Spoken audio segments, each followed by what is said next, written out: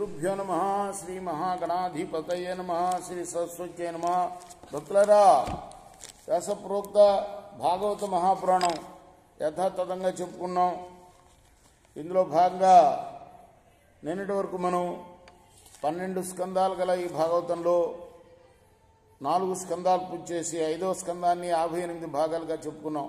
ఈరోజు 59వ భాగం చెప్పుకుందాం. చెప్పుకునే ముందు ఈ భాగవతం రాసిన వ్యాస భగవాను ప్రార్థన చేసుకుందాం.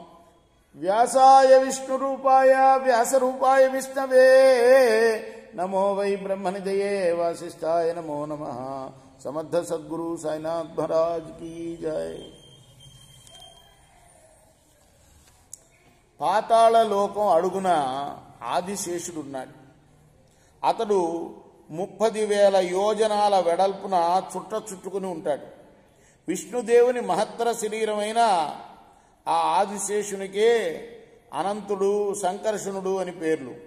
అనంతుడని పేరు కలిగిన ఆదిశేషుని తల మీద ఆవగింజలాగన ఈ భూమండలం ఉన్నది.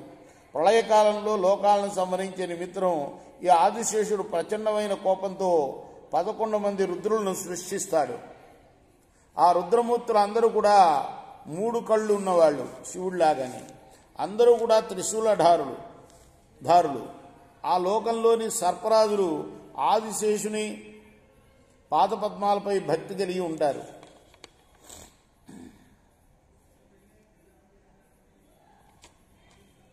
ఆ సర్పరాజులు ఆదిశేషుని పట్ల వినమ్రత కలవారై ప్రతిరోజు కూడా తన పడగల మీద రత్నాల కాంతులతో ఆయనకు నీరాజనాలు అర్పిస్తూ ఉంటారు.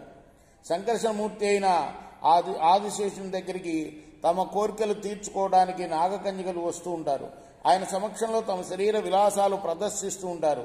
చందనం, కుంకుమ, పువ్వు కలిపిన సుగంధ లేపనాలతో ఆయన్ని అర్చిస్తారు. ఆ తర్వాత ఆ అనంతుని అపురూపమైన రూపాన్ని తనివి తీరా చూడటం వల్లను, ఆ మూర్తిని తాగటం వల్లను కామోద్రేకం కలిగిన వారవుతారు. ఆ కారణంగా చిరునవ్వును చిందిస్తూ, సిగ్గులు ఒలకపోస్తూ, క్రీకంటి చూపులు ప్రసరింపజేస్తూ ఆయన వంక చూస్తూ ఉంటారు. అప్పుడు అనంత గుణ సంపన్నుడైన అనంతుడు తన సహజ కోపాన్ని వదిలిపెట్టి శాంతుడవుతాడు. లోకాలన్నిటికీ క్షేమాన్ని కాంక్షిస్తాడు. దేవతలు, అసురులు, సిద్ధులు, గంధర్వులు, విద్యాధరులు, మునులు అనంతుని సదా ధ్యానం చేస్తూ ఉంటారు. అప్పుడు అనంతుడు సంతోషంతో అరగన్ను మోడ్పులతో లలిత గీతాలతో కూడిన మనోహరమైన వాద్యధ్వనులకు ఆనందిస్తూ ఉంటాడు. తన పరిజనాన్ని ప్రీతితో కటాక్షిస్తూ ఉంటాడు. వైజయంతి వనమాలికలను ధరిస్తాడు. ఈ మాలికలు అప్పుడే కూర్చున్న తులసి మంజరులతో కూడినవై ఉంటాయి. ఆ మంజరుల మకరంద సుగంధాలకు కమ్ముకున్న తుమ్మెదలు ఝుంఝుమ్మని పాటలు పాడుతూ ఉంటాయి. అతడు ఎప్పుడు కూడా నల్లని వస్త్రాలు ధరించి నాగేటిని ఆయుధంగా పట్టుకుని ఉంటాడు. అతన్ని మహేంద్రుడో శివుడో అని జనులు భావిస్తూ ఉంటాడు. ఆ శేషుడు మోక్షార్థులై తనను ధ్యానించే వారి హృదయ గ్రంథిని తొలగించి ఆధ్యాత్మ విద్యతో కూడిన ఆనందాన్ని కలిగిస్తాడు. అందువల్లనే ముక్తిని కోరేవారు అనంతుని భక్తితో ఆరాధిస్తూ ఉంటారు. ఇన్ని మహిమలు కలిగిన వాడు కావడం వల్లనే బ్రహ్మ మానసపుత్రుడైన నారదుడు మొదలైన ఋషిపుంగవులతో కూడి బ్రహ్మదేవుడి యొక్క పేరోలగంలో అనంతుణ్ణి ఈ విధంగా స్తుతిస్తాడు. ఎవడి లీలా వినాదాలు సృష్టి స్థితి సంహారాలకు హేతువులవుతాయో, ఎవడి చూపుల వల్ల సత్వరజస్తమో గుణాలు పుట్టాయో, ఎవరి రూపం లోకాలను అనేక విధాలుగా కాపాడుతూ ఉంటుందో, ఎవరి పేరును తెలియక పలికినా పాపాలు పటాపంచలైపోతాయో, అటువంటి సంకర్షణుడు అవ్యయుడు అయిన ఆదిశేషును పొగడడం ఎవరికీ సాధ్యం కాని పని. ఆ అనంతుడు వాక్కుకు మనస్సుకు అందనివాడు, ముల్లోకాల వారికి అంతు చిక్కనివాడు. ఆయన మాయందరి గొప్ప దయతో సత్వగుణ ప్రధానమైన విశుద్ధ రూపం దాల్చాడు. ఈ కార్యకారణాత్మకమైన జగత్తు ఆయన యందే భాషిస్తూ ఉన్నది. తన వారి మనస్సులను వశం చేసుకునటం కోసం ఆయన నేర్పిన పవిత్రమైన లీలను గొప్ప పరాక్రమం గల సింహం నేర్చుకున్నది. మా వంటి వారిని కాపాడటం కోసం ఆ ఆదిశేషుడు సాత్విక స్వరూపుండై ఉన్నాడు. అటువంటి అనంతునికి ప్రతిదినము నమస్కరిస్తాం. ఆ ఆదిశేషుని ఎవరైనా సరే అకస్మాత్తుగా తలుచుకున్నా, బాధల్లో చిక్కుని మొరపెట్టినా అటువంటి వ్యక్తుల పాపాలను పోగొడతాడు, సకల శ్రేయస్సులు ప్రసాదిస్తాడు. అందువల్ల ముక్తి కోరేవారు అనంతుని ఆశ్రయించి ధ్యానించి భవబంధాలకు దూరం అవుతారు. పర్వతాలు, నదులు, సముద్రాలు, ప్రాణులతో కూడి ఉన్న భూమండలం, సర్వవ్యాపకుడైన ఆ శేషుని పడగల మీద భూగోళం అనుమాత్రంగా నిలిచి ఉంటుంది. ఆ అనంతుని మహిమలు లెక్కించడం 1000 నాలుకలున్న వారికి కూడా అలవి కాని పని. ఆ అనంతుడు పాతాళంలో నివసిస్తూ అన్ని లోకాలకు మేలుకోరువాడై భూమిని ధరిస్తాడు.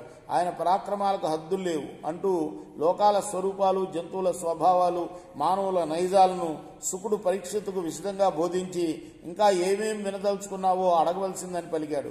అప్పుడు పరీక్ష నరేంద్రుడు సుఖయోగీంద్రుడితో ఈ విధంగా అన్నాడు: మునీంద్ర, అతల వితలాది లోకాల స్వరూపాలని నా మనసులో నాటే విధంగా నీవు విశదీకరించావు.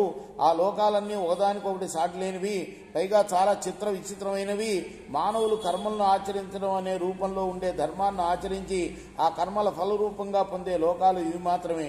వీటిలో కొన్ని గొప్పవి, మరికొన్ని తక్కువ స్థాయికి చెందినవి. వీటిలో ఒకదానికి మరొకదానికి పోలిక లేదు. జీవలోకంలో ఇంతటి వివిధత్వానికి కారణం ఏమిటి? పరీక్ష ఈ విధంగా అడగ్గా సుఖమహర్షి అన్నాడు: రాజా, ఈ లోకంలోని జీవులకి సత్వరజస్తమో గుణాలను అనుసరించి శ్రద్ధలు వేరువేరుగా ఉంటాయి. సాత్విక శ్రద్ధ, రాజస శ్రద్ధ, తామస శ్రద్ధ అనేవానికి అనుగుణంగా వారి కార్యక్రమాలు కూడా ఉంటాయి వేరువేరుగా. అవి ఎప్పుడూ ఉంటాయి నరేంద్ర. ఇది తగదు అని చెప్పడం ప్రతిషిద్ధం. తగదని చెప్పిన పనులు చేయటం అధర్మం. అటువంటి ప్రతిషిద్ధ లక్షణమైన అధర్మాన్ని ఆచరించే మానవుని శ్రద్ధ విపరీతంగా ఉంటుంది. శ్రద్ధే భిన్నంగా ఉండటం వల్ల కర్మఫలాలు కూడా భిన్నంగానే ఉంటాయి. అందువల్ల అనాది కాలం నుంచి ఉన్నవి, అజ్ఞానం వల్ల ఏర్పడేవి, స్వేచ్ఛా ప్రవర్తన వల్ల కలిగేవి అయిన నానావిధ కర్మగతుల్ని బట్టి అధర్మాన్ని చేస్తారు. ఆ అధర్మం పండి సంప్రాప్తమయ్యే నరకాలు వేలాదిగా ఉన్నాయి. వాటిని గురించి సంగ్రహంగా చెప్తాను విను అనగానే పరీక్షత్తు శుకునితో ఇలా అన్నాడు: మునుల్లో శ్రేష్ఠుడైన సుఖయోగేంద్రుడా, నరకాలు ఉన్నాయంటారు. అవి ఎక్కడ ఉన్నాయి? ముల్లోకాల్లోనా, లేక రెండు లోకాల నడుమునా, ఈ రెండు కాక వెలుపల వేరే ప్రదేశంలోనా, ఎక్కడ ఉన్నాయి? నరకాలంటూ ప్రత్యేకంగా ఏమైనా లోకాలున్నాయా? నాకు వివరించి చెప్పు, వినాలని చాలా కుతూహలపడుతున్నాను అన్నాడు.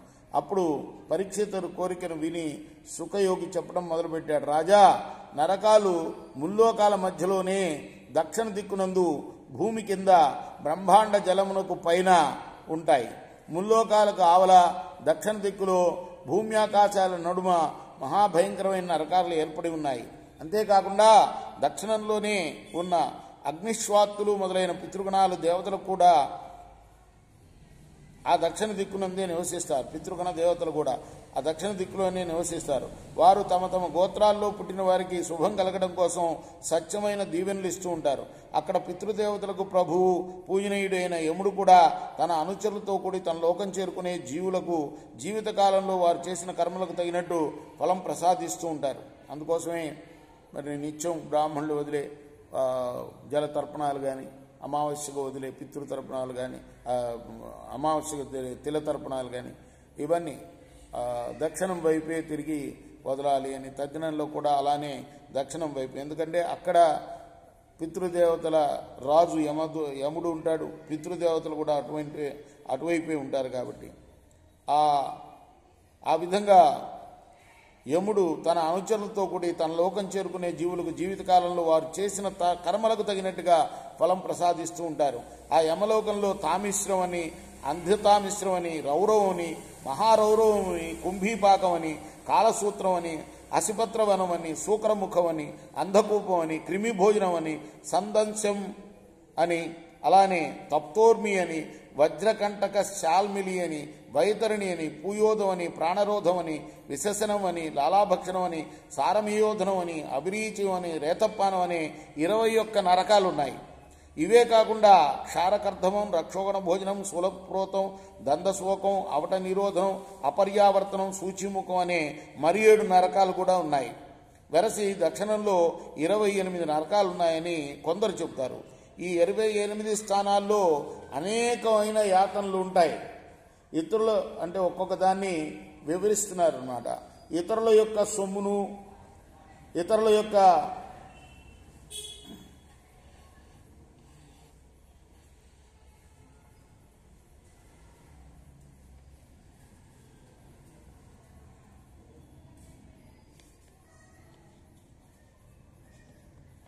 భార్యల్ని అపహసించి మరి భయపెట్టేవాడిని యమకింకరులు తాళ్లతో బంధించి తామిశ్రం అనే నరకంలో పడేస్తారు. అలానే అన్నం పెట్టకుండా కొండపై నుండి దొర్లిస్తూ కర్రతో చావు మోదుతూ బెదిరిస్తూ యమకింకరులు నానా విధంగా శిక్షిస్తారు. ఆ బాధలకు తాళలేక జీవులు భయకంపులై మూర్ఛపోతూ ఉంటారు. మగడు ఉండగానే అతన్ని మోసగించి అతని ఇల్లాలని కామించి అనుభవించేవాడిని పట్టుకుని యమకింకరులు సంకోచం లేకుండా అంధతామిశ్రం అనే నరకంలో పడేస్తారు. ఈ లోకంలో ఎవరైతే ఈ దేహమే నేను అనే అభిమానంతో, ఇంకా దేహానికి సంబంధించిన వాటి యందు ఇది నాది అనే అభిమానంతో తన కుటుంబ పోషణ కోసం ఇతరులకు ద్రోహం చేస్తారో అటువంటి వారు ఆ దేహాన్ని కుటుంబాన్ని ఇక్కడే విడిచిపెట్టి ఆ పాపం వల్ల రౌరవ నరకంలో తనంత తానుగా పడతారు. ఎవరైతే ఈ లోకంలో ఇష్టం వచ్చినట్టు తిరుగుతూ ఇతరులకు ఏమాత్రం అపకారం తలపట్టిన పశుపక్షి మృగాలను భావిస్తారో అటువంటి పాపాత్ముల్ని ఆయా మృగాలు భయంకర రూపాలతో నానా బాధలు పెడతాయి. ఏది ఇది రౌరవం అనే నరకం. అంధతామిశ్రం ఇందాక చదువుకున్నాం. రౌరవం అనే నరకంలో ఎవరు పడితే రురువు అంటే అదొక జంతువు అనమాట. ఆ జంతువు దానికి చాలా ముళ్ళు ఉంటాయి ముక్కుకి, వాటితోటి బాధిస్తారట. అటువంటి పని చేసిన వాళ్ళని ఎవరిని? ఇతరులు తన కుటుంబ పోషణ కోసం ఇతరులకు ద్రోహం చేసేవాళ్ళని. రురు అంటే పాము కన్నా మిక్కిలి క్రూరమైన జంతువు యొక్క పేరు. ఎవరైతే తమ కడుపు నింపుకోవటం కోసం ఎలకల కన్నాలు మూసి వాటిని చంపుతారో అటువంటి నిర్దయుల్ని కుంభీపాక నరకంలో పడవేస్తారు. ఇలా పలు నరకాలు మన వీటిని రేపు మనం 59 ఇవాళ పూర్తి చేసాం. 60వ భాగంలో కొనసాగిద్దాం. కృష్ణార్పణమస్తు. సాయి కృష్ణార్పణమస్తు. శ్రీ సచ్చిదానంద సద్గురు సాయినాథ్ మహారాజ్ की जय. చేకోరా హారతి దిగో సద్గురునాథ దేవ సాయినాథ. పాంచభౌతిక తత్వములనే హారతులిత్తుమురా. నిర్గుణమ్మగు స్థితే వీడి ఎట్లి ఆకారం పొందితివో సాయిరాం. సర్వము నిండిన నీవే ఇంకను ఉంటివి తల్లివలే. రజోతమో సత్వము నుండి మాయటు జనించే బాబా మాయటు జనించే. ఆ మాయ నుండి వేరే మాయ ఏ తీరుగా వచ్చే.